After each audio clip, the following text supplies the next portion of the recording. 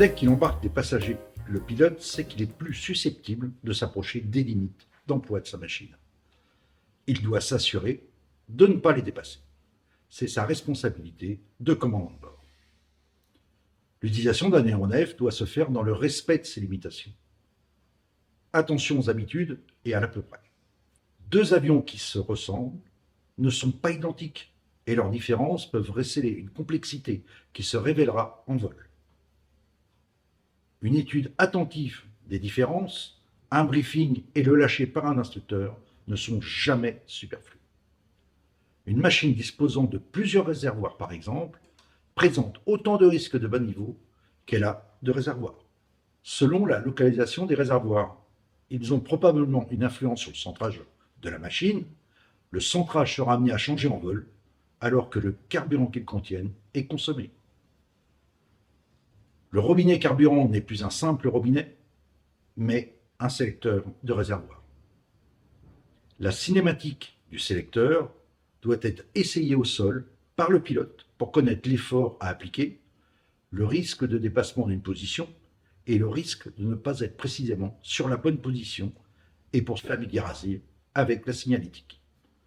Le sélecteur de carburant peut être associé à d'autres commandes, comme le contact de démarreur ou à une commande permettant, par exemple, de transférer un réservoir supplémentaire dans un autre réservoir, avec des implications sur l'évolution du centrage de la machine et des temps de transfert de carburant qu'il faut anticiper et le risque d'oubli de transférer.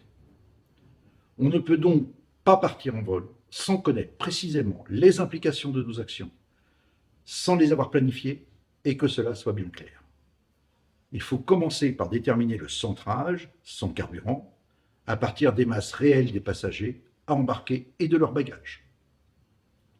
Puis, on envisage l'avitaillement et on étudie l'évolution du centrage selon les réservoirs. L'évolution se fera en sens inverse au cours du vol, avec un effet notable sur la stabilité et les performances de la machine. Avec des passagers à l'arrière, votre centrage sera plus arrière et l'avion sera moins stable. C'est d'ailleurs le facteur principal d'accidents mortels récents. Les pilotes, en exerçant sur le manche l'effort et le débattement longitudinal auxquels ils sont habitués pour faire la rotation décollage, se font surprendre et ont dépassé l'incidence critique du point équipuissance du second régime de vol, se plaçant en vol dans une situation ultime que nous vous réexpliquerons très bientôt. Mais revenons à notre sujet. Si vous commencez par consommer du carburant sur des réservoirs positionnés à l'avant de la machine, le centrage ira vers l'arrière.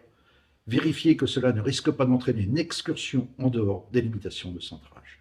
Les réservoirs ont des capacités, des localisations et des géométries qui peuvent entraîner des limitations d'usage. Par exemple, une part de carburant qu'ils contiennent ne pourrait être consommée, qui compte généralement pour quelques litres, ce qui n'est pas négligeable. En bas niveau, ils peuvent être sujets au désamorçage du circuit de carburant si le vol n'est pas symétrique et au-delà de certaines altitudes. Les phases de vol critiques, le décollage et l'atterrissage, doivent prendre en compte ces risques. Les changements de réservoir doivent être faits à distance de ces phases. Le démarrage est réalisé sur un réservoir, puis le réservoir le mieux adapté pour le décollage est sélectionné en vue du roulage, des essais moteurs qui permettront de valider son bon fonctionnement avant le décollage. L'emport de carburant doit permettre la réalisation du vol projeté compte tenu de toutes les contraintes prévisibles. La réglementation requiert en plus, pour que l'atterrissage soit considéré en toute sécurité, qu'il reste à bord une réserve finale de 10 minutes de vol pour un vol restant en vue du terrain, de 30 minutes pour les autres vols et enfin 45 minutes pour les vols de nuit.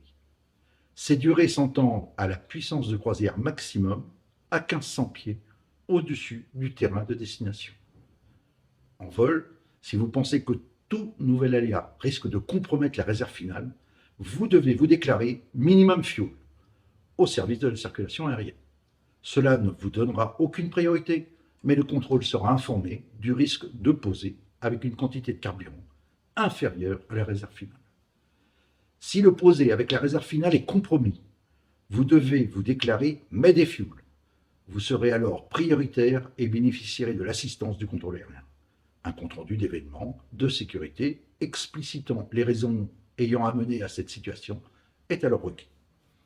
Évidemment, il n'est pas acceptable que la réserve finale soit répartie dans plusieurs réservoirs.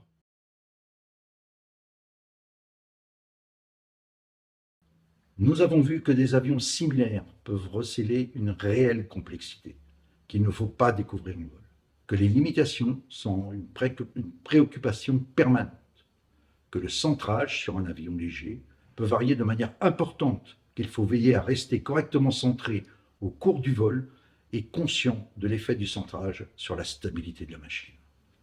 Nous avons vu aussi l'emport réglementaire et la conduite à tenir si la réserve finale de carburant est menacée, selon la fiabilité des moyens de mesure du carburant, présent à bord, avitaillé, restant à bord ou consommé. Vous devez majorer l'évaluation de la consommation pour toujours rester du bon côté et vous protéger. Validez vos estimations lors de l'avitaillement après le vol pour améliorer votre précision. Merci de votre attention, bon vol et fly safe.